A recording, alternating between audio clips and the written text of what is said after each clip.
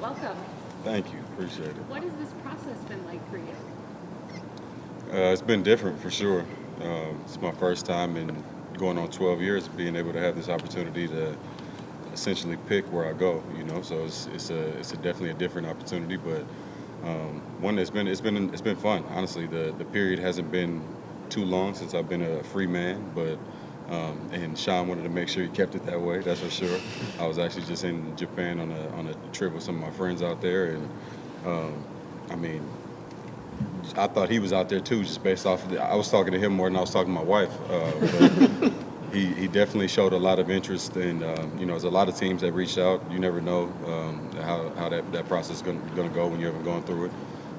And being 32 years old and going through it for the first time is definitely a different experience. But it was fun and didn't last too long, but I'm glad to be a Ram now. What was enticing to you about coming to the Rams? There's a lot of different things that already appealed, and honestly, coming into it knowing that this may be a thing, that I would be a free agent, is already something that was on my radar. And after speaking with a lot of a couple of players, Sean and a couple of the other personnel, it was clear that this is where I needed to be.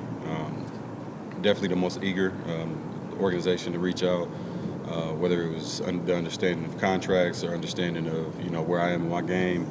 Obviously, having an opportunity to play with Matthew is a heck of an opportunity, and can't wait to get started with that. And obviously, the rest of the team too. Being able to be with a contender at this point in my career is something I've been waiting for a while now, and been putting the work in to make it happen. But now we got it, so it's exciting.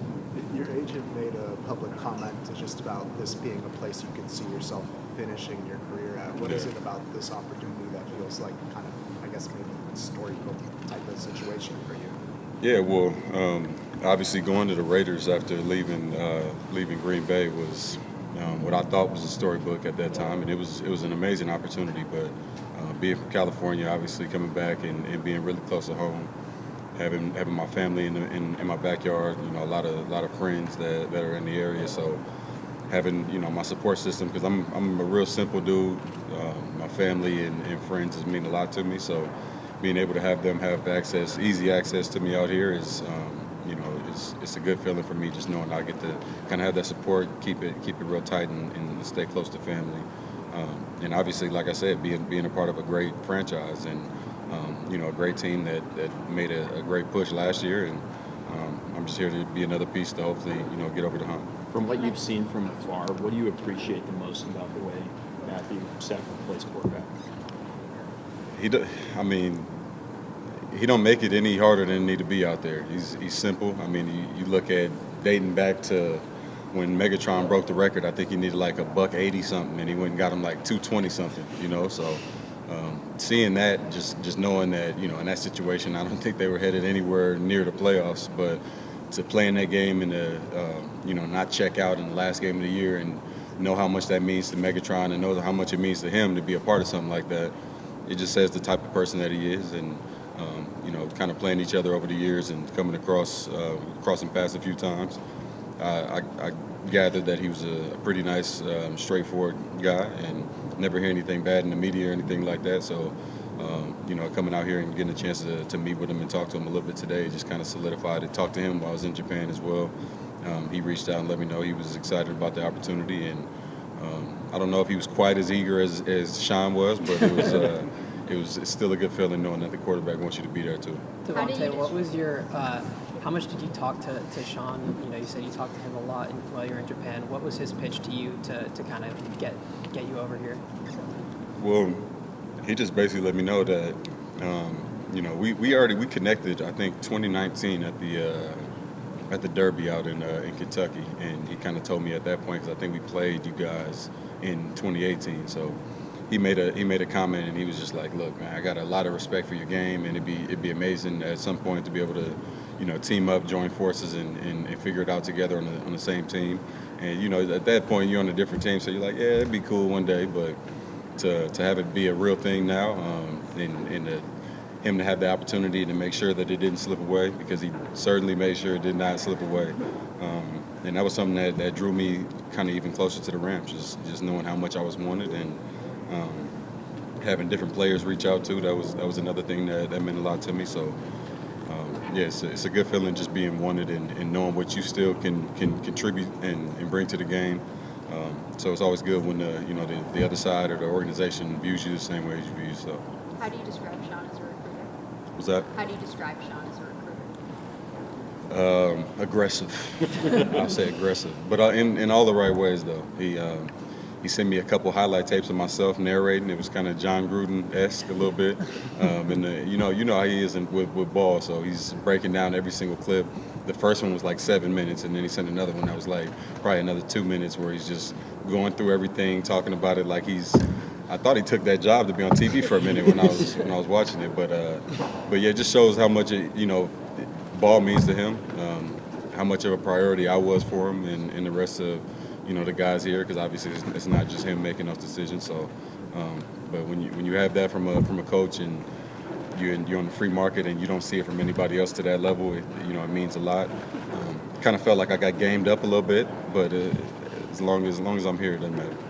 He's spoken really highly of you and just how much football you've seen and how knowledgeable you are.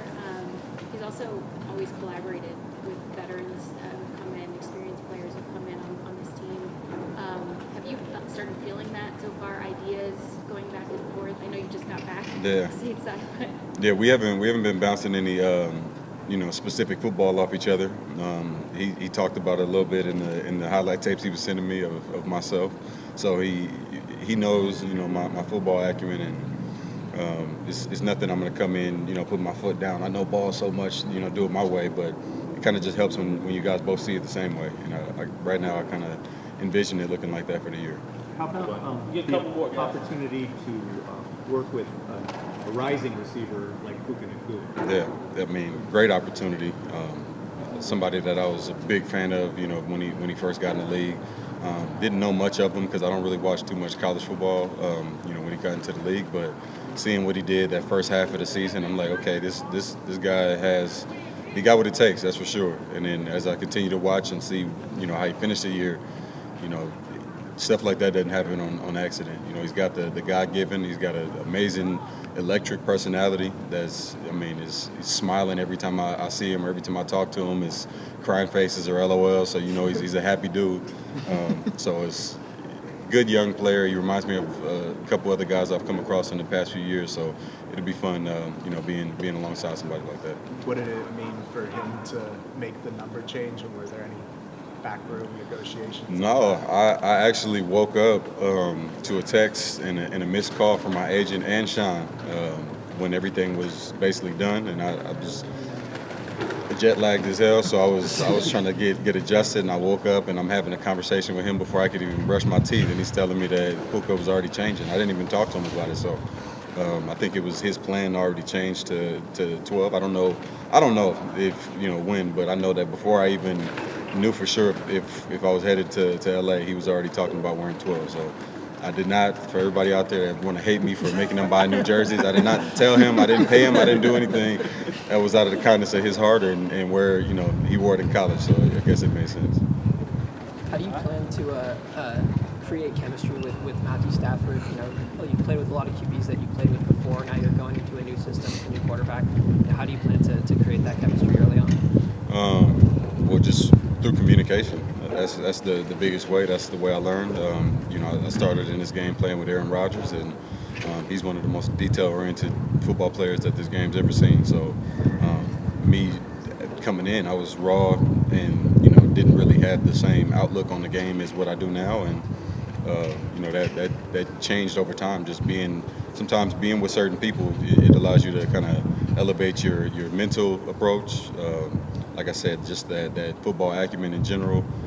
So it'll just be another step and another person to communicate with, and just so happens it's going to be one of the better quarterbacks to play this game. So excited. Telling us a little bit about your family you brought with you today, just so we can get to know you a little bit more. Yeah, for sure. No, I came here today. I got my wife Devin is here, and my youngest kid Drayson, he's back there smiling. He was screaming inside a second ago, so he decided he's going to chill out now. And I got two other girls that are at home right now. They were supposed to make the trip, but with the weather being a little chilly out here and them being sick, I just decided it was probably not the best thing to do. So we'll get him back out here soon. But yeah, I just got one of the three right now with me. How many Dodger games will we see you at? Well, I'm a big what do they call it? What do they call it when you just jump around the team to team? I'm a bandwagon for whatever I'm currently, like I was at the Knicks game when I was in New York, so I like to go and have fun and be supportive of who, I wouldn't call it a bandwagon, but I like to support whoever, I'm sharing the city with. So hopefully a decent amount. And it started off, Jock Peterson, I went to high school with him and been knowing him since a kid, so I guess I kind of was a Dodgers fan before this a little bit, so this is the least jump ship I've ever done.